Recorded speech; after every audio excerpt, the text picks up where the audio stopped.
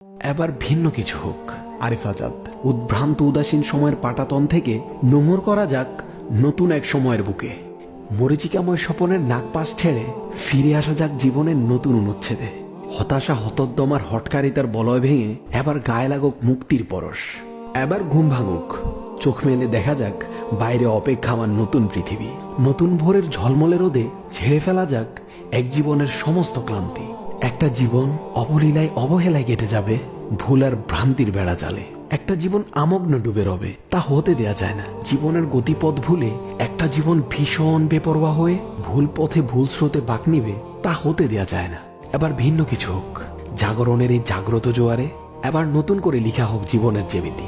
বেলা ফুরাবার আগে আস্তবে ফেরা হোক নীড়ে।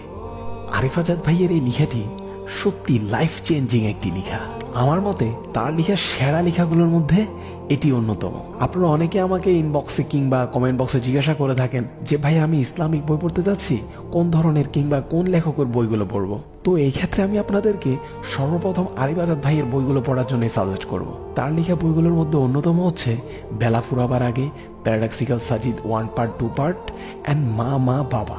তার আরও অনেক বই আছে, আপনারা গুগলে সার্চ করলে পেয়ে যাবেন। আর আপনারা যারা আরিফ আজাদ ভাইয়ের লেখা পড়েছেন তারা কমেন্ট বক্সে অবশ্যই জানাবেন তার লেখা আপনাদের কেমন লাগে।